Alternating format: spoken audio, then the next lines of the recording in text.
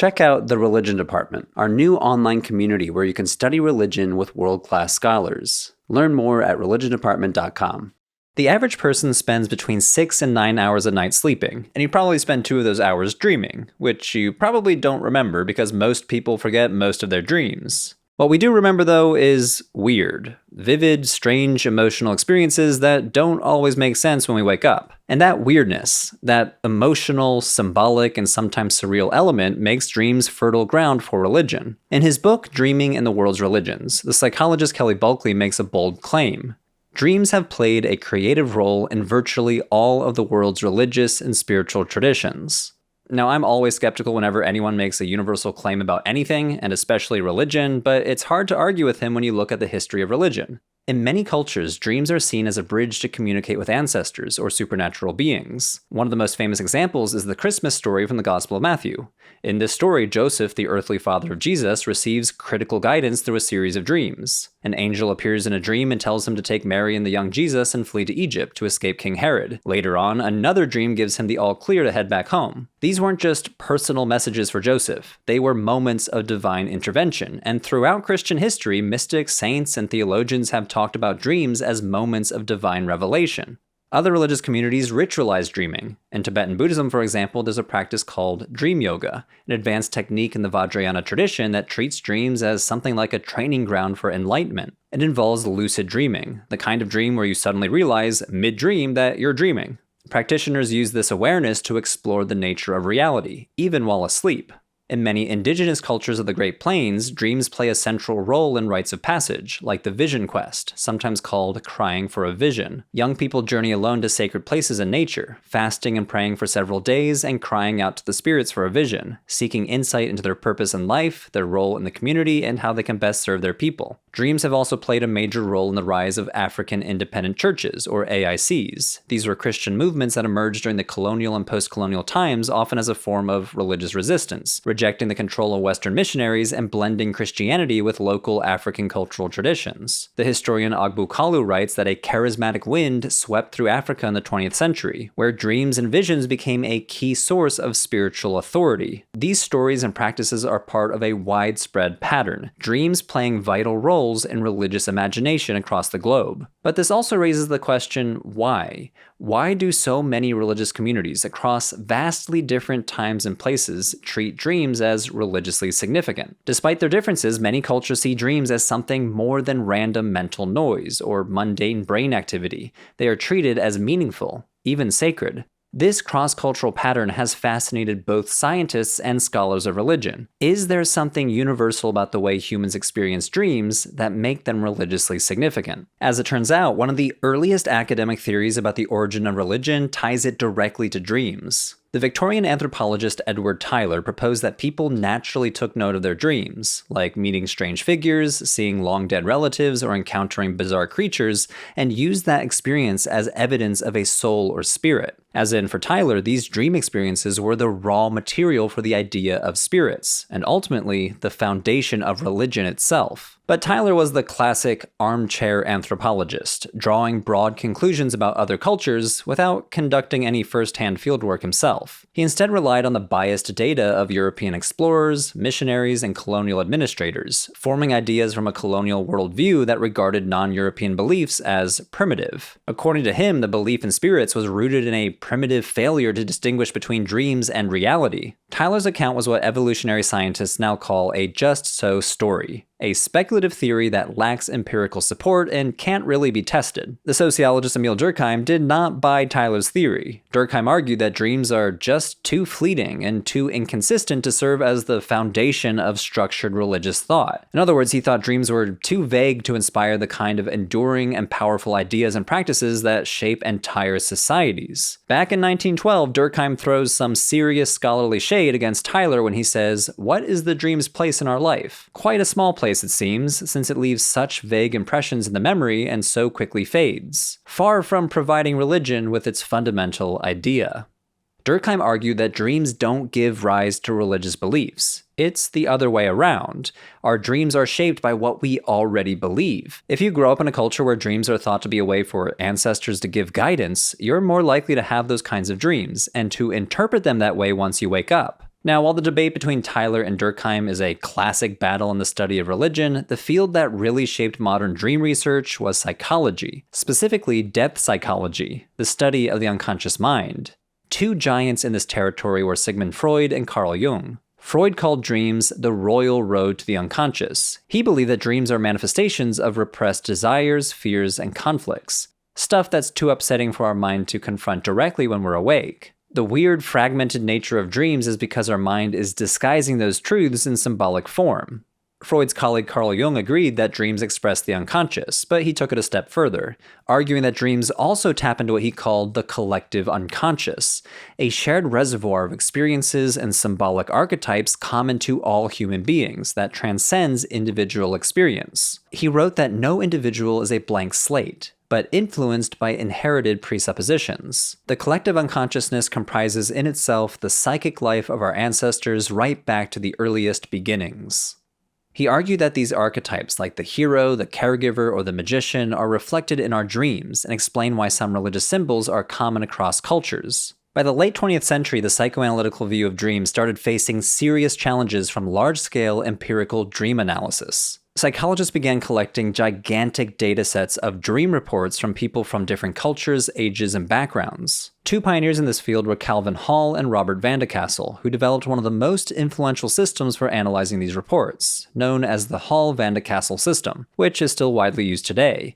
They gathered over 10,000 recorded dreams and created a detailed coding system to track patterns in dream themes. They focused on things like aggression, friendliness, sexuality, and success or failure. Unlike Tyler's subjective armchair approach, which relied on secondhand accounts, Hall and Van de Castle used quantitative methods to identify consistent patterns and trends. And what they found was fascinating. Dream content often varies based on factors like gender, age, and culture, suggesting that our social environment shapes what we dream about. The second big shift came with the rise of new neuroimaging technology. Tools like electroencephalography, or EEG, which measures electrical activity in the brain, and functional magnetic resonance imaging, or fMRI, which tracks changes in blood flow. These enabled scientists to actually observe the brain in action during sleep, opening up all kinds of new opportunities for empirical research on dreams and helping researchers understand which parts of the brain are active during different stages of dreaming. EEG was critically vital in helping scientists map the different stages of sleep and showed that one stage in particular, rapid eye movement sleep, or REM, is where most vivid dreaming happens. fMRI added more detail, showing which areas of the brain are more or less active by tracking changes in blood flow in specific parts of the brain, instead of general electrical signals. These studies found that the dorsolateral prefrontal cortex, the part of your brain responsible for logic, reasoning, and self-control, is less active during REM. Meanwhile, the limbic system, which processes emotions like fear and excitement, stays highly active. That combo might explain why dreams feel so surreal and emotionally intense. Areas responsible for visual processing are also active, contributing to the vivid imagery we see in our dreams. Together, these discoveries led researchers to shift away from depth psychology's emphasis on hidden traumas and the unconscious to understand dreams as a product of the same brain systems we use when we're awake, just operating a bit differently.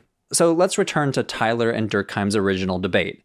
Do dreams shape religious beliefs, or is it the other way around? Dr. Ann Taves, a leading figure in the cognitive science of religion, offers a 21st century perspective on the debate. In her book, Religious Experience Reconsidered, Taves shifts the question away from asking what makes a dream religious, and instead asks how do people come to see dreams as meaningful in the first place?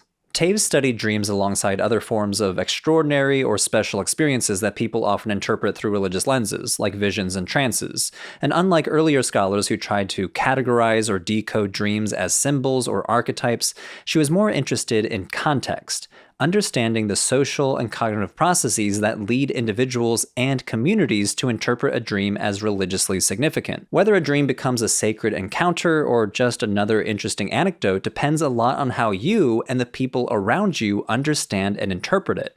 This lines up with Durkheim's view. Dreams don't automatically produce religious beliefs. They become meaningful when filtered through the categories and concepts that individuals and their communities already carry with them.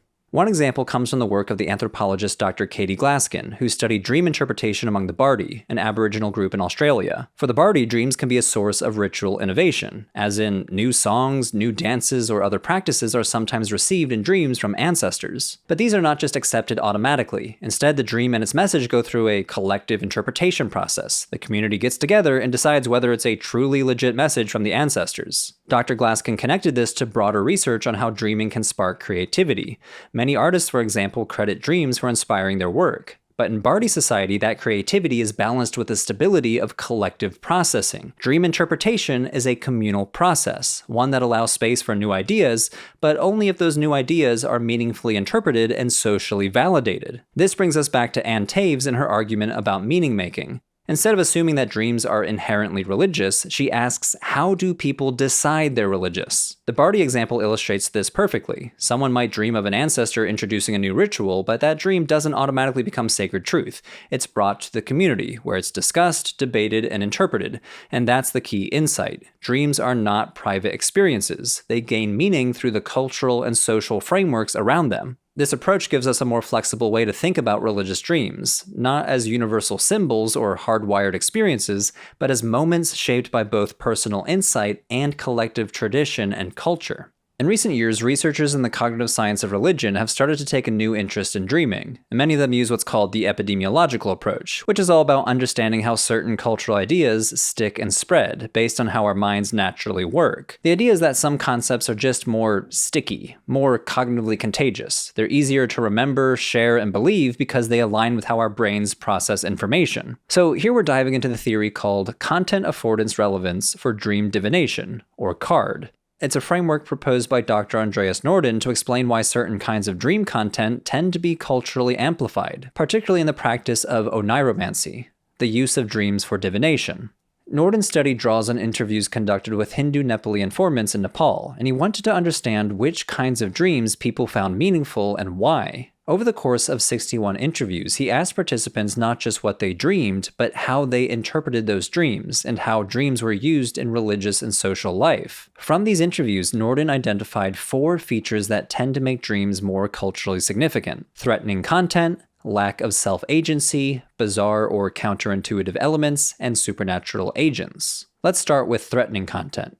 Norden argues that dreams involving fear or nightmare elements are more likely to stick in memory and get shared because they provoke strong emotional reactions. Nightmarish content like being attacked or killed also feeds into the second feature, the omission of self-agency. This refers to dreams where you feel like you're not in control. Things just happen to you, often feeling like they're caused by some outside force. Consider how dreams work. Your brain creates a kind of simulated hallucinatory world and then casts you as a character in that world. In a lot of dreams, you're the main agent behind the action in the dream. Like, you are the one flying around or walking around, you talk to people, you explore the environment. But in low agency dreams, events unfold without your control. If there's another main character who is controlling the action, they often take on strange or threatening qualities. Dr. Norden suggests that the lack of self-agency in some dreams may be one reason why so many religious communities treat dreams as encounters with the divine. He argues the same neurological processes that produce low agency dreams also makes it easier for our brains to generate and retain ideas about supernatural agents. The third feature of the CARD model is bizarre and counterintuitive content.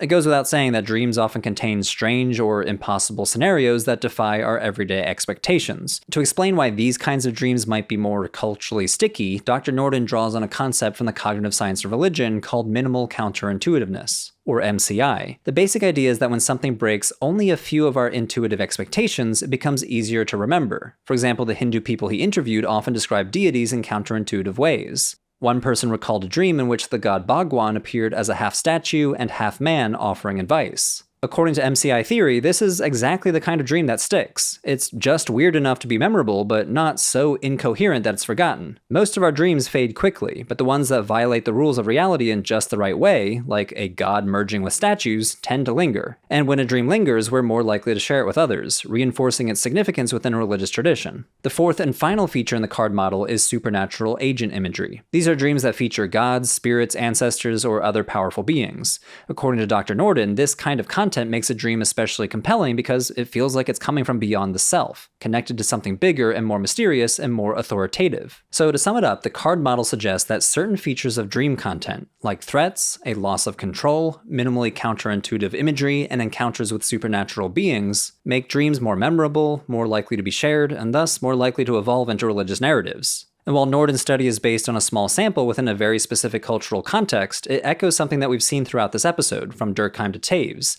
Dreams are not just personal experiences. They're shaped by the way our minds work and by the social world we live in. And parts of the card model have been supported by other research, especially the focus on low agency and counterintuitive content. In a paper titled Dreams as a Source of Supernatural Agent Concepts, the neuroscientist Patrick McNamara and the aforementioned psychologist Kelly Bulkley argue that dreams provide the raw experiential material for imagining gods and spirits.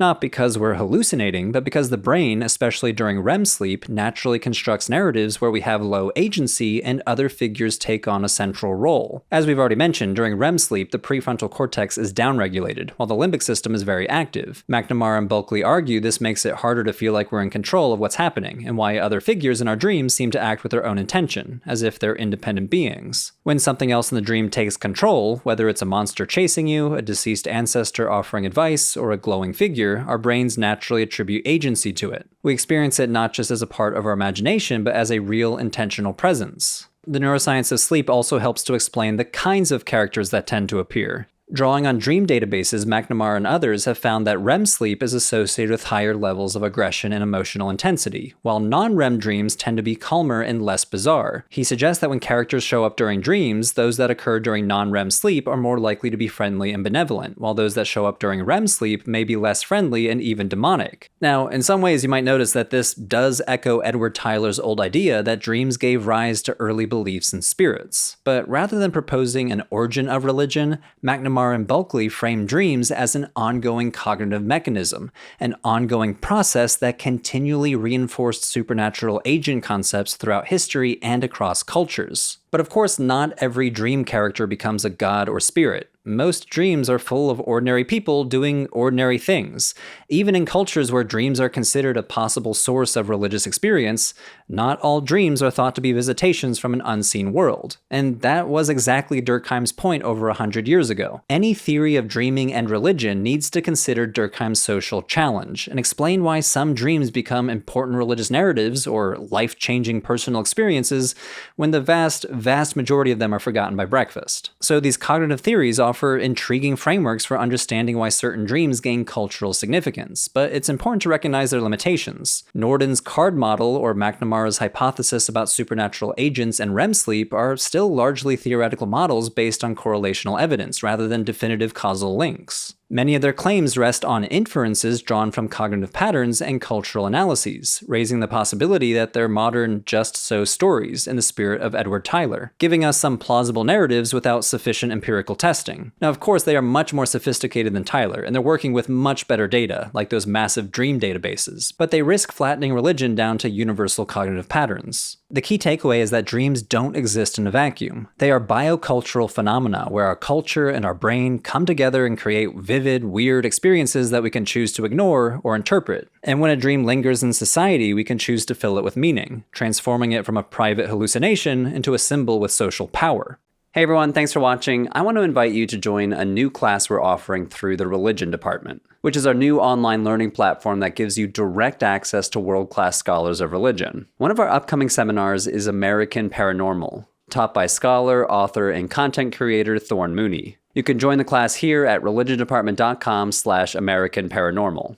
Okay, so paranormal phenomena. From UFOs to ghosts, from Bigfoot to psychic spies, these strange and mysterious reports have fascinated Americans for generations. But what can our obsession with the paranormal tell us about religion, science, and American culture? Why do we treat some extraordinary claims as religious while lumping other just as supernatural claims under the label paranormal or the fringe? Thorne Mooney will be exploring these questions and more. Now, to be clear, this is not a ghost hunting class or a how-to guide Guide for Psychics. This is an academic seminar that takes the paranormal seriously as a cultural phenomenon. You'll dig into alien abduction narratives, haunted houses, ghost hunting shows, and even Cold War psychic espionage. And you'll discover what these beliefs and practices reveal about American anxieties, values, and shifting religious landscapes. We launched the religion department because we were inspired by the best parts of a university religious studies department, a place where you can dive into the academic study of religion alongside passionate teachers and curious students. Thorn Mooney is an amazing scholar and teacher. She's also a content creator here on YouTube and TikTok, and I can tell you you're in for a thoughtful and engaging experience. The seminar starts October 1st and it runs for 8 weeks. It's live and it's online, but if you can't make it live, you can get lifetime access to all of the recordings. Normally our 8-week seminars are $200, but if you join our annual membership for $99, you get 50% off the seminar, which means you get the seminar and the religion department membership for $199. Members get discounts on all of our other seminars,